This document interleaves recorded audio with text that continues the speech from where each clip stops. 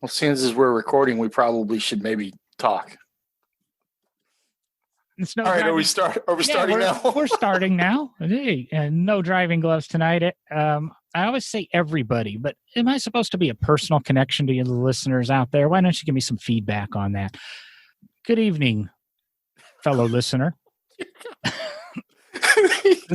He took a deep breath before he said that. It was amazing to see. Watch the video. Get us on YouTube. This is No Driving Gloves. We've got Sean Yoder with us tonight. Will's filming his TV show, hanging out with Courtney Hanson. It's a rough gig, but someone has to do it. And Derek's got a whole new structure, and we're still working with him. We've got a topic. We'll see if we can get to the topic. Sean, how's things been going for you? It's been a long time since we've actually done a chat type show. Just us. Yeah, we've had so many amazing guests lately. It has been a while since it's just been us hosts. Yeah, dude, I'm as busy as ever. I know a lot of folks have slowed down with everything that's going on in the world right now, but with what I do on a daily basis and where we're going with Nemesis Lab and the simulation development and all that stuff, things are wide open right now in that arena, and we're doing our best to make the world aware of who we are and what we do and all that good stuff. Just creating a lot of content revolving around simulation, and some of that has spilled over into No Driving Gloves. And I know from talking with you, John, I know you were like, I don't necessarily understand the cannonballish run videos that you're posting, but they're fun, man. It's just having a good time with a steering wheel and a pedal set. And I'm driving cars. They're just virtual cars, just hopping in and driving cross country every once in a while. The game that I'm doing it in is called The Crew 2. It's a living, breathing 3D world that is a condensed version of the U.S. That last run I did from it's south of Miami, Florida, up to the Seattle Space Needle. And you can see that that run, and it was like 90 real miles, and it took like 50 minutes. It was amazing. It's just fun. Talking about the Cannonball Run, and one of the last episodes we've done without a guest was our COVID Cannonball episode.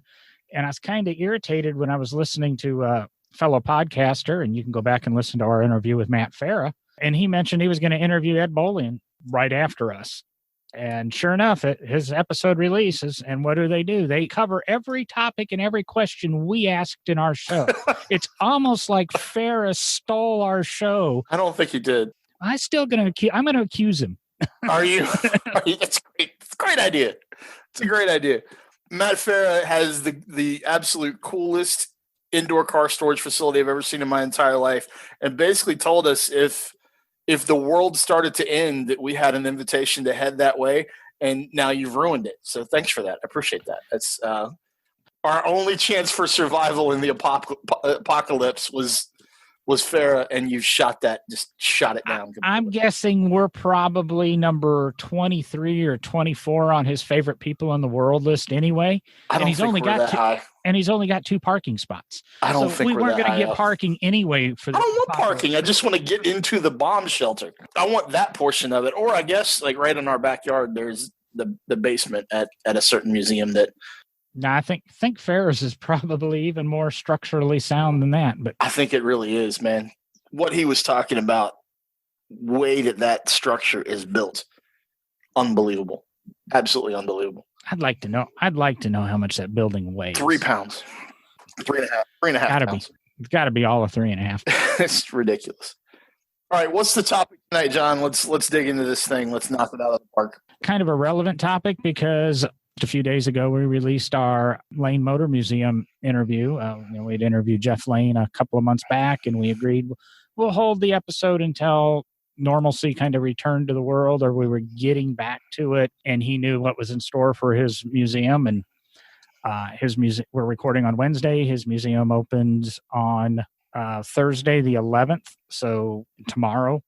USA Today, I don't understand why this poll pops up, and I always like criticizing some of these polls. I don't want to go through it place by place.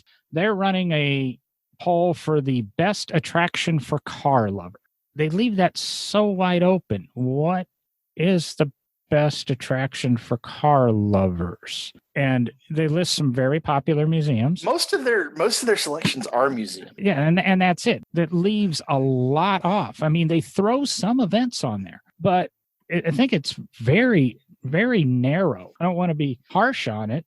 And I'll take Henry Ford's on the list. And Henry Ford's a great car museum, but it's a lot more than a car museum. It is a technology museum. I really wish Derek was here tonight. You know, he used to be a conservator at the Henry Ford, and I talked to them really closely, actually, about following up Derek at his job, looking to be Derek's replacement at the Henry Ford. And they have very few cars in there. It was amazing to me. And when you interview, you know, I went to the car warehouses and saw the back end of things. And I don't know if the Henry Ford is a place. I mean, it sounds great, sounds like a car museum, and it is a fascinating place. But I mean, it's loaded with trains and steam engines and assembly methods. And they've got a light bulb production line in there showing you how light bulbs were made, incandescent bulbs 80 years ago, whenever they were making incandescent bulbs. So is that a car museum? You know, they throw Barbers on there, and, you know, Barbers pushes themselves as a motorcycle museum. And I always push that, you know, they've got a collection of over 100 cars. And I think now it's over 130 cars. So they have more cars than a lot of these museums that are on the list, are a lot of car museums. We're talking out of this list of, what is it, 20 places? We have predominantly it's museums. It's over 50% museums. And that's saying that the Shelby Heritage Center is a museum, even though it's presenting Shelby and the history of Shelby. And I don't know if it's... Yeah, it is. That's a place you can gather. The Nethercutt collection, it's a museum, but it's a kind of a private collection. The Revs Institute is the former Collier collection, by appointment only. I don't think they have general admission hours. I feel like less of a car person because I've never even heard of that before. I guess that's just it's a higher end thing, I guess. I don't know. I literally didn't even know that existed. It's a very prestigious collection. I mean, they own a full gambit of like Cunninghams and a lot of your 50s era racers, because the Collier brothers raced a lot in the 50s. Miles Collier. They have a lot of that stuff. They have, and if you ever ask me what one of the best websites in the world for car people, they have their entire library of photographs is available online. And I don't know what the website address is offhand right now, but you just Google it and find it. When I was restoring that Lotus Mark 10, we had an idea somewhere that the car was red due to a magazine article or something. It had run one race or so in red. And we were, you know, what red, what?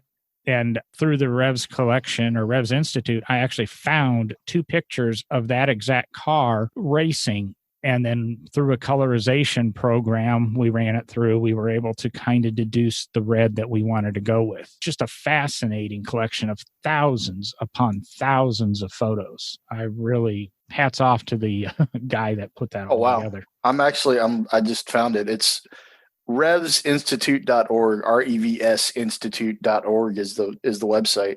Goodness gracious, man. I'm going to have to dig into this. They have race history broken down into endurance, Grand Prix, IMSA GT, IndyCar, rally, and road race. And just some of the slideshow. Are we going to get in trouble if I'm just going to put it up here. I'm just going to do it. I'm doing it whether they want me to or not. We need to get somebody from the Revs Institute on. This is amazing. It is just a fast. This is absolutely amazing, dude. Like let's just click endurance and see what we have here. Oh my God. So it just starts with individuals and goes. Oh, there's Andy Pilgrim, who's been on the show before. Andy Pilgrim poses next to car number 18, Pontiac Firebird. And so you can purchase these images or copies of them. A wonderful research tool there. That's crazy. I guess poor podcast listeners in your car, when you get home, you need to pop over to the YouTube page or just go to the Revs Institute yourself. Yeah, definitely take a look at it, because this is, I feel bad not knowing that it existed until right now, but thanks for. Let's go to that question, because I criticized Henry Ford for having a lot of non-car stuff and educational stuff. Would that move the Revs up on your list, say here? I don't know where it fell on your list of favorite automotive attractions, but with this background and what they're providing, now you're seeing that he owns a couple of Now that I know it's a motorsport, more of a motorsport focused collection, and seeing the scope of it, yeah, I'd love to go check it out. It looks amazing, and I'm kind of blown away. I mean, I've lived in the automotive world for my entire life, and I had literally never heard of this place until tonight, John. They do a wonderful program every 2 years, and I was slated to go on it until I left Barbers, and I can't afford it. It's like $5,000 or $10,000, and you go for 3 or 4 days, and you spend 3 or 4 days with these museum curators and writers and multimillionaire collectors and discuss, restoration and preservation and all this wonderful stuff about cars. And that's what Revs is designed to do is, I guess, display the history of the car the way it is, unfiltered, unchanged. They're one of the biggest advocates of, and one of the things I say is that, a car's an object. It's a piece of art, but you need to use it because that's a piece of art that was designed to be run and driven. And for that art to fully display itself, it needs to make noise. It needs to be dirty. It needs to be squealing tires. It needs to be out there. A Van Gogh is meant to be hung on the wall and gazed at. The first car up here, the 69 Porsche 908 02, that car is meant to run and drive. And Revs actually runs these things and races these things. And okay, we've spent a lot of time on the Revs. I'm going to say, now that we've talked about the Revs and a lot of it, and you're impressed with kind of the background and that comes up, the historic Grand Prix circuit at Watkins Glen, New York. I've been there. It's an interesting thing. You go to the Seneca Lodge, you go to the Motor Inn or something like that, or the team owner stayed at this Motor Inn. All the mechanics and drivers and that stayed at the Seneca Lodge. And I was there with Bob Dance, who was there back in the day with Colin Chapman, and he was Jimmy Clark's chief mechanic and a mechanic for Lotus for many years. So he knew these stories, and it was just great to sit there and listen to them tell the stories and everything. It was a day before credit cards, and I really think it's called the Motor Inn. Somebody will correct me if I'm wrong.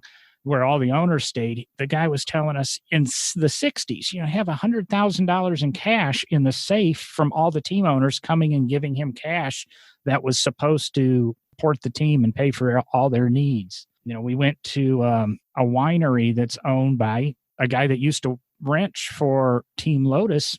It wasn't like today where you travel with a Formula One team and 80 mechanics come with you. It was usually the driver, chief mechanic, maybe one more mechanic, and possibly the team owner. And then they got all their mechanics to work on the cars at the local, local shops and things. It was just cheaper. It was a different day, different world, long before the days of 1.5 second pit stops. So I guess maybe that brings the historic Grand Prix circuit up at Watkins Glen more on the list, because the real circuit basically doesn't exist anymore. I've raced and done events at Watkins, and I've been there as a fan as well. And don't get me wrong, it's cool. It's cool, and it's definitely something worth seeing. But there are places that I would recommend you go before I'd recommend you going to Watkins Glen. But then I see the website you have up on the YouTube channel here, Watkins Glen International. That's not the historic Grand Prix circuit at Watkins Glen. You're looking at the racetrack. Historic Grand Prix circuit is a portion of that racetrack and is a portion of the country roads, and as actually country roads that you would go through. I've been up there, and I know that part of the history, but that's what you're looking for right there. It's more of what we're looking for. Guy, I'm really trying to get on the podcast, but he's a little afraid of technology. Ed Kovalchuk. He's on the board of the Watkins Glen. He goes up there all the time. His buddy Dan travels with Ed. Ed's a writer for a lot of magazines and does some other consulting work. But Dan travels with him and does photography work, and that magazine articles be fascinating to get Ed on to talk about some of the motor racing history he knows and just the names and places he's had. And all of these things on this list are very well qualified. I've been to a lot of them. I haven't been to all of them. I think the same thing with, we'll jump down to Simeon Museum. Great place. Is it the best place for car lovers? You've never been to the Simeon. Fascinating. I've been there. Got the Cobra Daytona. He's got Porsche 917s. He's got a lot of fancy, nice, cool cars. And Dr. Simeon bought them all when they were cheap cars. That's why he has this collection. He didn't go out and buy all this and amass this collection in the last 10 years. He's bought them over his entire life. And they exercise their cars. They do demonstrations once a month with various cars in their parking lot when everything's open and running right. What really got me is you have all these wonderful cars and they're in a non-air conditioned building. Granted, it's Philadelphia's. I assume the building's heated. I was there late summer. You still have a lot of environmental temperature swings in that. I don't think it's the best place for the cars. And it's not, to me, an inviting place. It's well decorated with some dioramas in that along the walls and where the cars are displayed. But what do you think of it, Sean? You dominated a lot of this conversation. The one thing that was in there that I would still be standing there staring at it had I not, had to actually come home. And they do have a 917 hippie car. It's one of the number 3 hippie cars. And that's what captivated me. The rest of the museum, there was some cool stuff. But like you said, it doesn't tell a story like a lot of the other museums that you can go to. Like, it was more of this guy's got a really big garage and he's got some amazing cars, and let's let the general public come in and check them out in the garage kind of thing. That's the vibe I got from it, which is great. It's fine. It is worth seeing if you're in the area, but I don't necessarily know that, and this is going to make the Simeone people mad. I don't see it as a destination. I see it as if you happen to be up there, check it out if you're a car person. When I lived in Washington, D.C., it was on my list of, when I get up to Philadelphia, but there were a lot of things that were on my list. I'm going to go see Falling Water. I'm going to go see this. I'm going to go see that. And then next thing you know, you live in Alabama and all this stuff is now 15 hours away instead of 2. The only reason I've been to the Simeone is I swung by on the way to a Lotus event in Princeton, New Jersey. I believe that's where we're going. We might have been going to Watkins, but I think it was Princeton, New Jersey I was on my way to. And we swung in, visited the Simeone and that. I would honestly say I would be upset if I made it a destination, that I'm going to go in and expect something like I would see at the Peterson or the National Corvette Museum or, a lot of these other places on here. I really don't even know what to compare it to. I'd say the basement at the Peterson, but that's still climate controlled. And there's just nothing on this list that I would say could even compare to the Simeone. It's just an interesting thing in its own. Maybe the closest is the Indianapolis Motor Speedway Museum. That's exactly what I was going to say. I mean, the Indianapolis Motor Speedway Museum it's been there a long time. The building itself is part of the track's history to a certain extent. I mean, there's some cool dioramas. There's some epic racing history in there. There's no denying that. But the Indianapolis Motor Speedway Museum, it's okay. I was at a Penske dealership in Scottsdale, Arizona, and they had a Penske museum inside that row of dealers. I thought that was cooler than the Indy Museum. The Indy Museum kind of let me down. It's a basic tile floor. Funny thing I'm noticing about this photo they have to, explore and vote, whatever, on USA Today, is the primary car in it is the Lotus that belongs to the Barber Museum. The Barber Museum lent them a car, and they lent the Barber Museum a car for a major portion of last year. And it's just kind of funny that the prominent car in the picture isn't even the Indianapolis Motor Speedway Museum's car. It's a cool car, but it's a cool car, and it's part of the history of the track. So I get that. And the thing about going to Indy is, obviously, to get to the museum, you have to go inside the track, which is, if you're a race fan, that's special. Just being on the grounds at that speedway, you feel it. And that's cool. That part of it is definitely cool. And but I see Indy as more of a destination, obviously, even if you're just going there to run a couple laps at one of the track programs that they have and then go to the museum and then soak in the history. That's more of a destination to me than the Simeone is. I've only been to the Indianapolis Motor Speedway Museum when I'm going to an event at Indy, whether I'm going, when I grew up in Illinois, I was just a couple hours away and things like that. If I was going to the Indy 500, most of the trips you'd swing by the museum. I went to every Formula One race at Indianapolis that they had in this time around. While you didn't go into the museum every time you did, when you go during an event, you're bound to bump into interesting drivers and historic drivers. And I'm not saying you're going to go in and bump into Jeff Gordon and Rick Mears and things like that, but you're going to bump into some people with really fascinating stories. And one of my best stories about IMS Museum, my family and my dad we were going through photographs on the second floor of the museum, and you can buy copies of these photographs. And we found this one from 82 of this Indy car flipping through the air and this guy's feet dangling out of the front of him. It's a really famous photo. And it's a driver named Stan Fox had an accident, and we were commenting on it, and I wonder if the guy lived, and this guy came up and tapped my dad on the shoulder and said, yeah, he survived. And oh, what do you know about the accident? And the guy goes, I'm Stan Fox. So, I know a lot about it. I was there. Yeah. I'm that guy. I think if you're going to go, I don't think it's really a destination. If you're going to Indianapolis to see Indianapolis, and Indianapolis is a fascinating town. It's one of the towns I'd love to live in.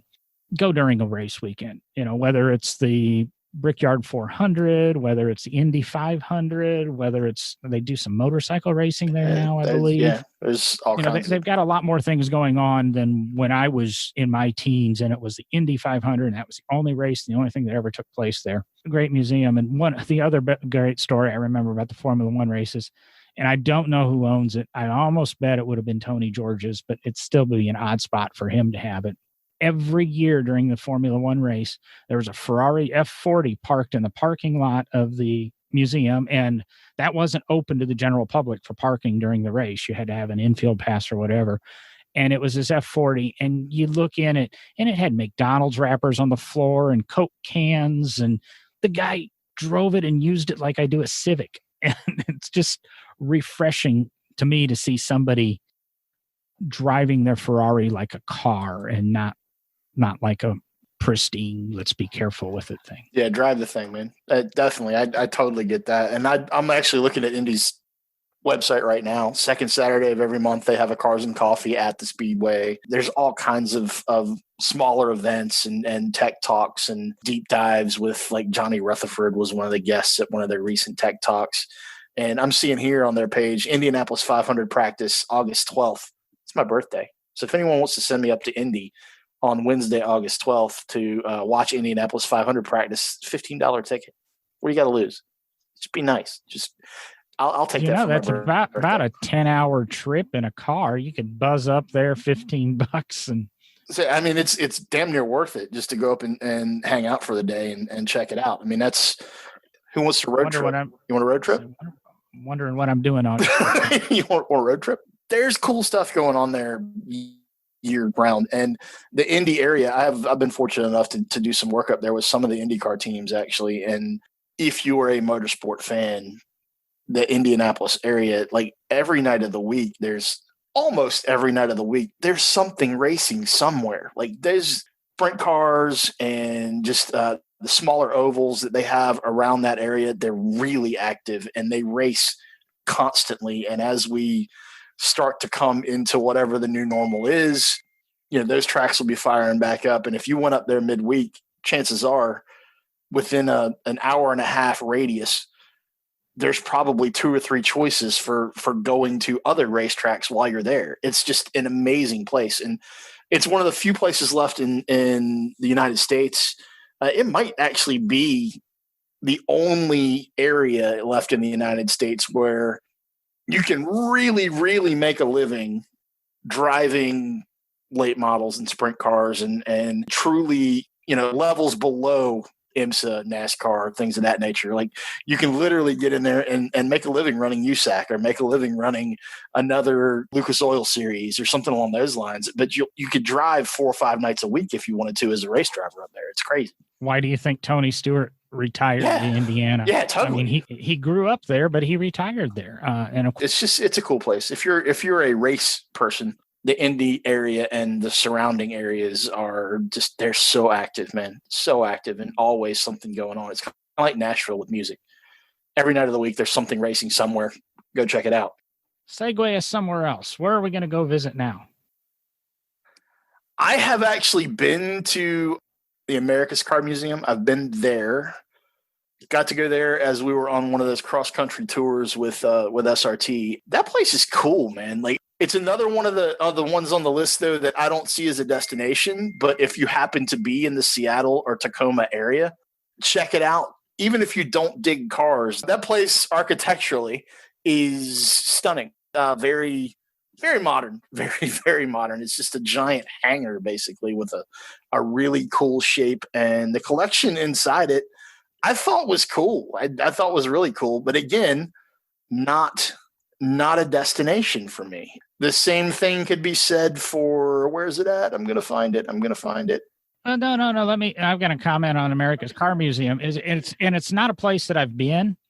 It's a place that I know a lot about in the background. I was at Barber's. There was a lot of discussion because it was being built while I was at Barber's. Oddly enough, the restoration firm or it's not restoration, the appraisal firm that I had originally started my first business with, Pristinio LLC, was my business. They were contracted. They were contracted to go out and appraise the Harold LeMay collection, and that's where the inventory of America's Car Museum, the bulk of it is from. Is there is a small LeMay museum, but this is where the bulk of the LeMay collection went. When Harold passed away, what was that, 2002, 2003, I think, he owned what was known as the largest collection of cars. He had the largest car collection in the world, roughly 3,300 cars. Our appraisal firm was contracted to go out and appraise for the IRS and tax purposes every single car in the collection. Harold's filing system is he just shoved titles in garbage bags until garbage bags were full. And then he threw them in a closet and he started with another garbage bag. And you'd go through and I didn't go do any of the hands-on stuff. Our appraisers would go up there, I guess, and pull titles out. And then the job was, pull 10 titles out, then go find the 10 cars. He would have some in buildings. Wow. And then he had buildings the family they didn't even know he had built the building because it was hidden between buildings and had cars. He would have people come up to him and hey, I need your 57 Thunderbird for a parade. Is that okay? Yeah, go get it. And he'd tell them where it is and they give him the keys and they'd go get the car. They just never got around to bringing it back. Really? And Harold never knew because he just didn't know where they were. Cars, you couldn't keep track of them. He didn't care because somebody was enjoying his car. Oh my God, I don't know if his widow. This is part of the collection right there. He was known for driving to Hershey. He would drive. He was this multi-millionaire, made his money from nothing. He owned a garbage truck company or a garbage company in the Tacoma area and became one of the largest garbage companies in the Northwest. And that's how he started the collection. He would find cars in back alleys and go up to people and knock on their doors and, hey, you got this car. What would you want for it? And buy them dirt cheap or just haul them away because the people didn't want them. And that's how the collection started. Not everything in his collection was pristine, but I've got a binder with every single car in his collection when he died. Some of the collection's been sold off. Some, they funded the museum a little bit. Harold was just a fascinating man. And I think this is a really good tribute to him, what his collection was. And there's a lot of backstories and a lot of interesting stories to do with him and his widow and family and America's Car Museum. Yeah, architecturally, man, I found it amazing architecturally. I thought it was absolutely beautiful. Like the building is very, very unique. And we're showing a picture of one of the ends of the building on the interior on the main floor right now on the YouTube.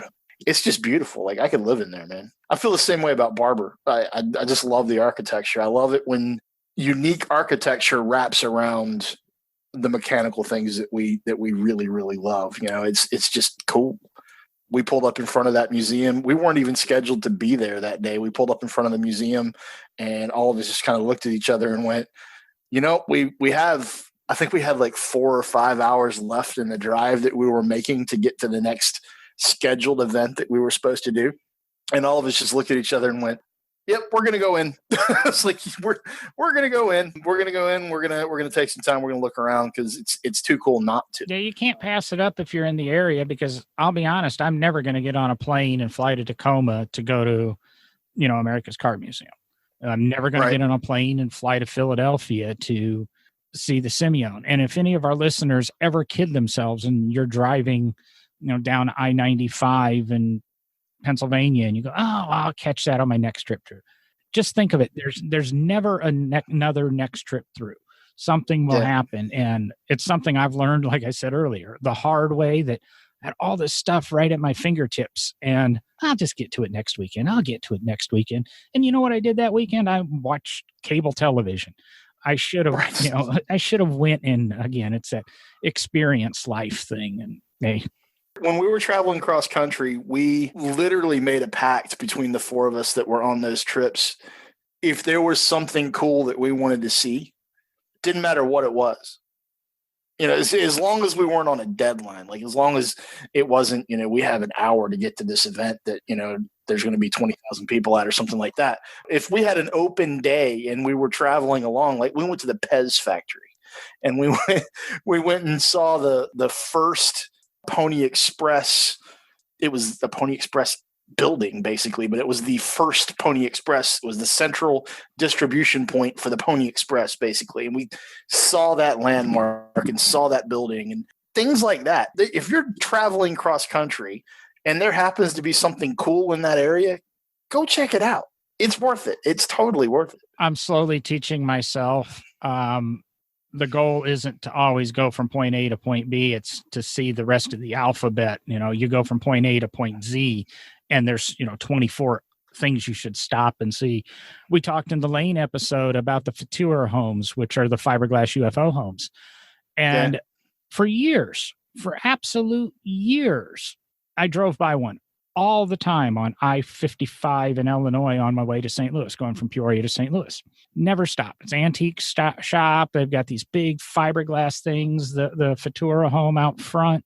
Never, ever stopped. I finally stopped probably the first time 5 years ago and absolutely love the antique mall that's there. It's a cool home. It's on the registry of the, I think, 56 Futura homes that still exist. It's just a shell. It's not a complete home like most of them are. It's one of those things. And it's just down the street from Country Classic Cars, which is the dealership that burned down and then they rebuilt and then a tornado came through or vice versa. And they always have a ton of tremendous, interesting cars to buy, usually a couple hundred cars. Yeah, so basically what we're saying is if you're within 20 miles of the world's largest ball of twine, go see the world's largest ball of twine. Just go check it out. Like the Auburn Cord Duesenberg Museum, Auburn, Indiana. Farther down, we've got a Mecum auction as one of the suggested places. I went to a Mecum auction within miles of the Auburn Cord Duesenberg Museum. Didn't go. I've never been there. My aunt and uncle live in South Bend, Indiana. They've lived there 30 years, 35 years. My uncle was an executive of Notre Dame. I could have went up any time. I have free lodging. My aunt sends me news clippings for the ACD Museum. One of my friends here locally sits on the board of the ACD Museum. Do I take advantage of any of that? No. I sit here and, I'm probably going to end up dying without ever going to this place. Or by the time I go, I'm going to have to end up making a special trip, paying lodging.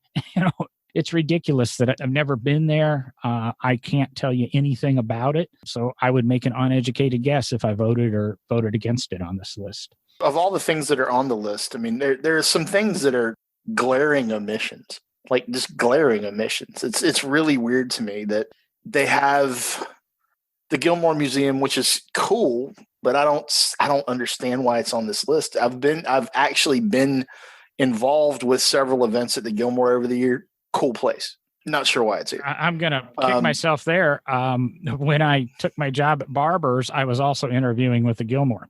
Been up there, seen the place. It's a cool place. It's a nice, it's really cool. It's an immersive experience. It's like I said to you, it's like, is it Greenwich Village, Greenwood Village, next door to the Henry Ford. It's this, they have all these period buildings and cars and, it's walking from building to building in the old gas station and all. It's cool. It's a really neat cool experience, but is it really a car guy experience? I mean, it's good for a family to go. It'll keep the wife entertained, the kids entertained, and there's some cars for dad. Or well, it'll keep the husband entertained, it'll keep the kids entertained, and there's some cars for mom. However, your family I mean, yeah, it's dynamic. basically it's a car museum with fairgrounds. If you're going to have that on this Like, list, you need to have the Volo Auto Museum on this list. Have you ever been to Volo? I don't even know. It's just outside of Chicago. They are known for their celebrity cars. Right now, they actually have the official #1 Miami Vice Ferrari, quote, Daytona on display. They have hundreds of cars. It's also attached to an antique mall. It's also attached to a mini golf course. And like I said, they have a ton of celebrity cars. It's Ripley's Believe It or Not. They have a ton of, say, a Camaro Z28 and a Firebird and a Charger and all these cars. Most of them are for sale. If you want to go home, I think with the Miami Vice Ferrari, you could, if you wanted to step up, it's got a for sale sign on it. It's an interesting place. It's a museum where you can actually buy the displays, but it's a cool little place. Disclaimer, my stepfather actually bought his 65 Mustang from Volo, had it for a while. Pretty good car, 65 Mustang. Had some little work to do to it, but nothing more than you would if you would buy it from any other classic car dealer. That should be on this list. We have Mecum on here. We have Barrett-Jackson. I have said for years, Barrett-Jackson is the absolute best place in the world to go if you're a car person. It's a car show. It's totally a car show. I don't know if it's $100 to get into Barrett-Jackson now. I've never paid. I've always been there working, so I've never paid to get in. I was there as interning and stuff like that. And everything's expensive, but everything is car related. Everything in the buildings, everything outside. Now, yes, you can go buy a jet helicopter and you can there's a Gulfstream booth and there's other stuff like that, but they're cool rich people toys or they're cool car guy toys. And there's something there for every budget. You can get into Barrett for the same price that you can get into Disney for the day. And it's Disney for car people. It totally is. And just walking through the lots for sale at a Barrett or a Mecum or a Russo and Steel, any of those, it's the coolest cars and coffee that you've ever been to, and it goes on for days. Now, if there's ever an auction in your town or near you that you can get into, if you have got to buy a $50 catalog, you have a picture of everything you're going to see that way and a description of everything you're going to see, and sometimes even an appropriate value. But it usually gets two people in, and you can peruse and see this cool stuff that it's unfortunate, but a lot of these cool cars only change hands between collectors. They're never on display. They go garage to garage. They might get driven one Saturday a year. An auction is, when we had Brett Hatfield on, it was before your day, Sean, we interviewed him. And the first article he ever put on his Read the Driven blog was on this Scaglielli Corvettes or something like that. And there's only 3 of them in the world. And I got to drive one at Barrett-Jackson. Where are you going to see one? I've never seen one ever since. Yeah, it's crazy what you can see at those places. And then when you say if there's an auto auction near you, we don't mean like a Mannheim or an Odessa. That's a whole other show. We'll get into that on a whole other show. And there are cool things to be seen there too, if you are so inclined. But like a Barrett or a Russo or a Mecum, it is a car show. It's a car show of epic proportions, and it's literally typically every era and everything from Concours restorations to properly patinaed, survivor cars to hot rods, G machines, pro touring. What do you want and what do you want to pay? And there are, if you go to a Barrett-Jackson, let's back it up and say, if you do go to a Barrett-Jackson and you're not going there as an amusement park, just to look around, you're going there with the idea of maybe buying something, go on the first 2 days and you might be able to find something that's not crazy expensive. Yeah, go back to one of our late January, early February shows, and we talked about auctions. Sean kind of went crazy. They were literally giving stuff away. Yeah, they really were. The first day of Barrett-Jackson this year. They had one Pro Runner truck there that they sold for less than. Yeah, it was a pre-runner truck. It was a pre-runner F-150, like a 96 F-150. It was the Triton body style when they'd first gone to the new rounded body style on the F-150s. It had been completely pre-runnered, and it sold for like $16,000. It had $16,000 worth of shocks on it. And I was just like, oh my God, I would give you a kidney for that. And you can get up, and some of these you can actually touch. I'm not saying go and touch, but I mean, you can get close enough and you can crawl around and get some pretty good detail when you go to any of these auctions. On this list between Meekum and Vera Jackson, it's just a matter of what kind of cars do you like? Totally. Do you like resto rods, or do you like kind of original, affordable muscle cars? Hopped around a lot on the list. I mean, of course, Mullen's here, the Nethercutt's here, the Peterson's never not going to be on a. We'll give Derek's and say the National Corvette Museum's on here. The National Corvette Museum, let's give him even more prop. It's actually leading the votes right now. It's a cool facility. That is more of a destination than a lot of the other stuff that's on here. See, I was going to say, I don't think unless you are a Corvette fan, Corvette Museum is not a destination. It's very, very convenient to get off the interstate and see. Yeah. Unless you're a Corvette guy. I mean, it tells a great story about Corvettes. Since Derek's there, they've done a lot more exhibits trying to educate people beyond the Corvette and how the Corvette has actually influenced cars. A lot of props to Derek for that. That's the other museum that the appraisal company that I used to work with was involved with.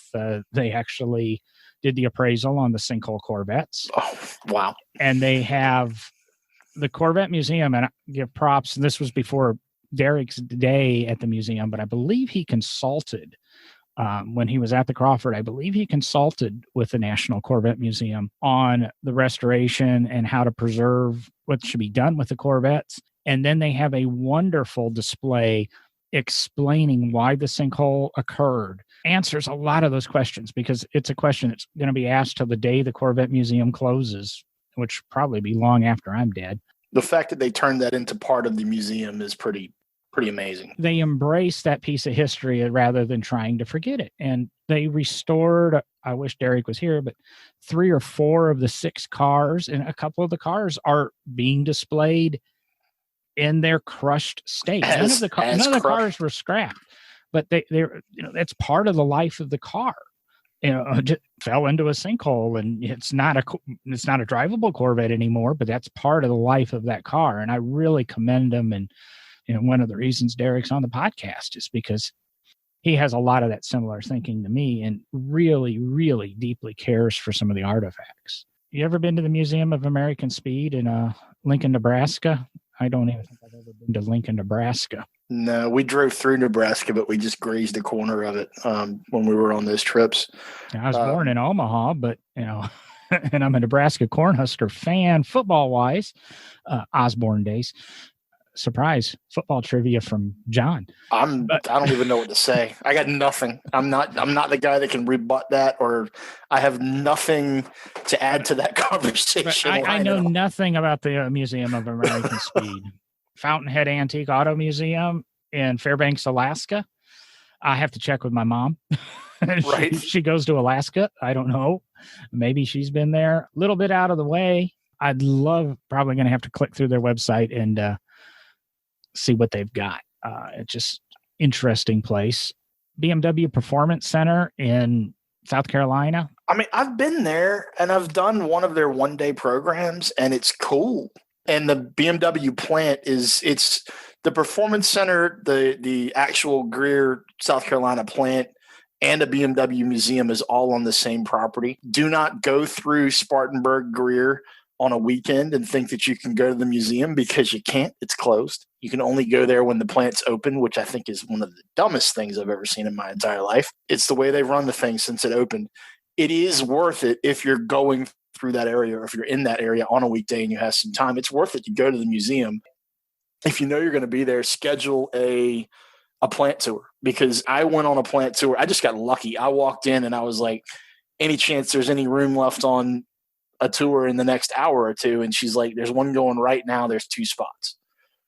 Do you want it? I was like, yep. It's free. You get to walk through and you get to look at the production line, and it's epic. Like, if you like robots and sparks and all that building amazing thing, it's cool.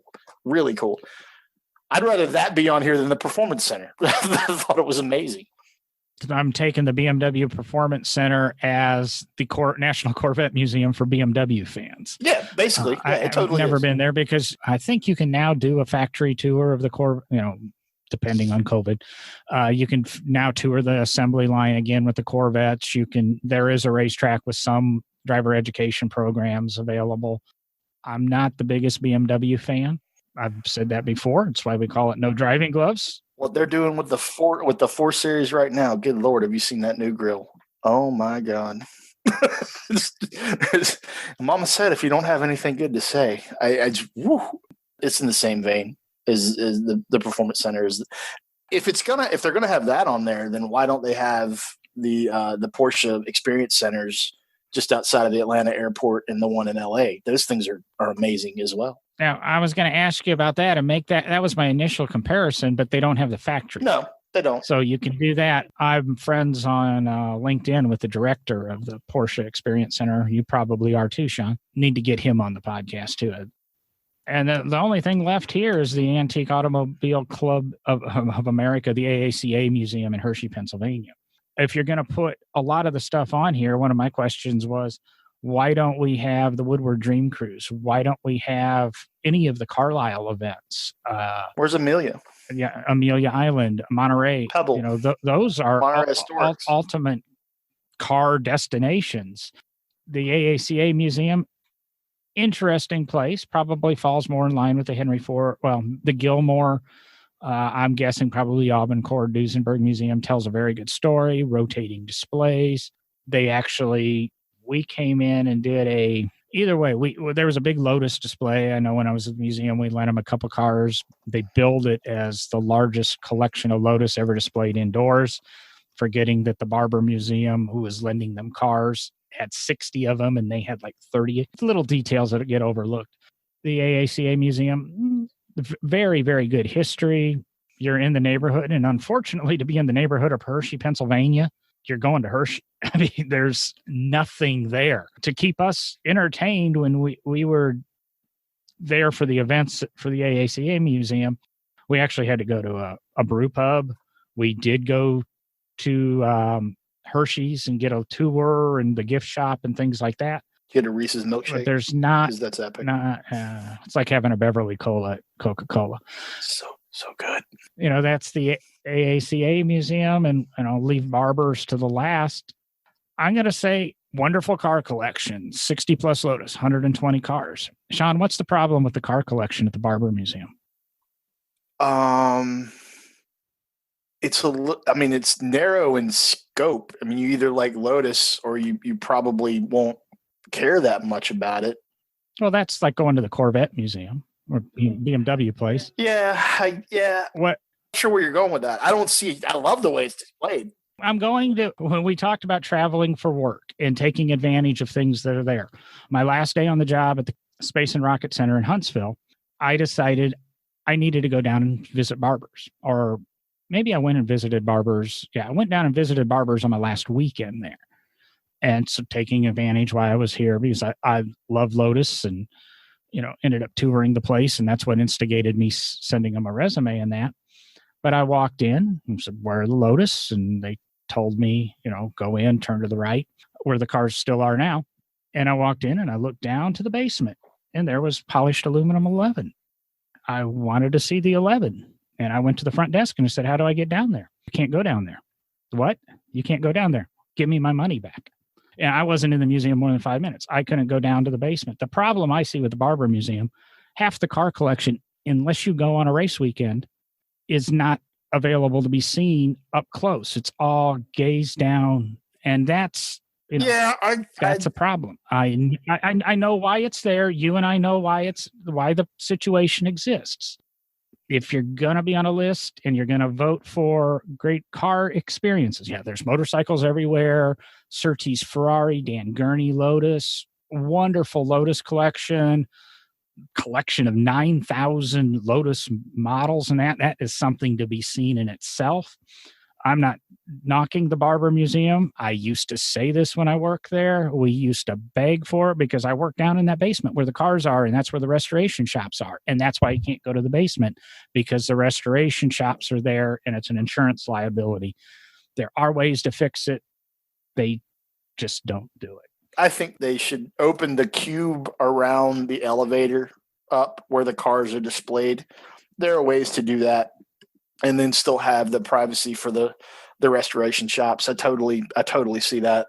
But I mean, you can still see all of it. You just can't get as close to it as you can. And the Lotus collection, though, I mean, you can literally get like right up on it. Don't touch it. Don't sit in it.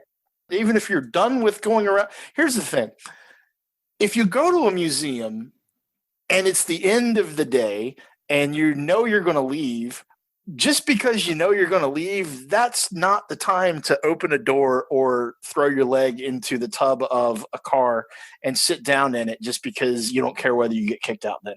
Don't do that. Don't be that person. And it happens. Totally happens. It's always nice about the museums that have interactive experiences. And for some reason, I thought the Lane was on this list when I first looked at it. But he's got a couple of cars that the general public are allowed to get in and crawl around and take photos with. The Harley Museum, as you go through the Harley Museum, it's kind of an IKEA, and you've got to go through in a set way. But at the end, they have some motorcycles you get to sit on and do a simulated ride. So you get that and curves that notion.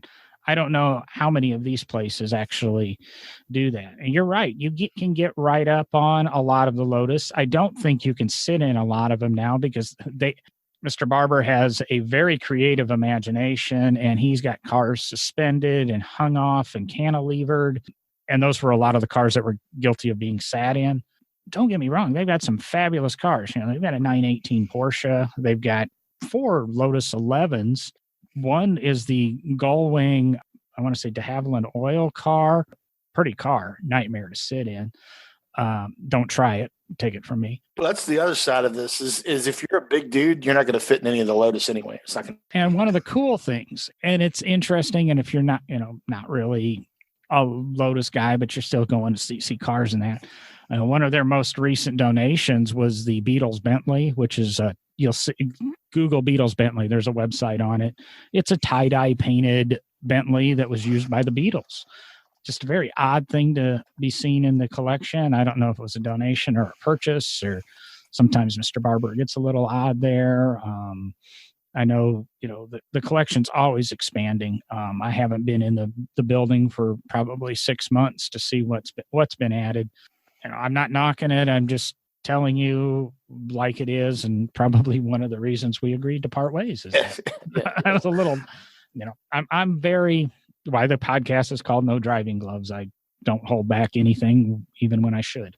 Do you want to wrap this up by going or listing the one vehicular attraction that you would go see? The one that I'm going to click and vote for? The one that you're going to either click and vote for, or the one that's not on the list that you would that you view as the pinnacle, the premier automotive attraction. And I'm just going to say on the planet. Don't limit it to the States, unless it's if it's in the States for you, then great. I've got a limit to the States. I think I'm going to make you, because I know where you're going. I think you need to do your worldwide one, but you got to give us one in the States too, because this is what this list is limited to. It's very difficult for me, and I'm not thinking of everything. And if you throw Amelia Island and you throw Monterey in there, it makes it a little bit more difficult. But I'm going to narrow it down a little bit more. My vote would be for the Barrett-Jackson collector car auctions, and it says multiple locations. No. Barrett-Jackson collector car auctions, January. All the other auctions going on with RM. Scottsdale. With Bond. Yeah. You want to go to the Scottsdale auctions. There's more to do in those 4 or 5 days than you will ever be able to do and be able to see. I think it would be an immersive experience. You could leave your hotel, go to an event, drop dead, take an Uber back to the hotel, get up in the morning, and all you would be is cars. There's nothing else on this list that's going to be nonstop cars 7 days, say 5 days in a row. And I even will venture to say that Monterey Car Weeks won't even offer you that. They offer you segmented little event. Scottsdale Auction Weeks, you make the plan, you write your ticket, you figure out where to go. And it's 18 hours a day. It's nonstop. You don't have to worry about anybody else. You're going to go to Bonhams in a night. You're going to go to RM in a night, and they do a really good job of trying not to overlap those two. Russo Steel's going to run for a few days. Barrett Jackson's going to run for a few days. Leakey's going to run for a few days. And I don't know who else is on the gambit out there, but that's 5 auctions. Probably, Barrett Jackson alone is going to run 2,000 cars. So you figure 3,000 cars and anywhere from, say, $1,000, $3,000 to seven figures, 8 figures, millions and millions of dollars. This is going to sound really, really odd, especially to you, John. I think I agree. I think there are only a couple other things that may trump that for me. But I think in the grand scheme, it's really tough to beat Scottsdale Barrett. That entire week is amazing. If I have to keep it to North America and I have to keep it to an event that is open to the public, then that Barrett week would definitely be the one. SEMA, obviously, if you're in the vehicular industry or someone who is that can get you into SEMA is pretty epic. You have to wade through a lot of the stuff that you don't care about to get to the stuff that you do. But the cool thing about SEMA is it's everything new for the next year. No matter what you care about, whether it's lifted trucks or slam trucks or hot rods or race cars or neon and 30-inch wheels or, it doesn't matter. It's at SEMA. SEMA is cool, but you have to be an industry insider or know someone to get you into that. If we're going for open to the public, I'm going with Barrett. If you're an industry insider, go to SEMA. And if we're opening up to the whole world, I'm going to Ferrari World just because it's a dream. And it turns me into a 5-year-old just thinking about it. And I want to ride a roller coaster that goes 0 to 150 miles an hour in 4.9 seconds. That sounds like fun. Those are my picks. I say there you have it.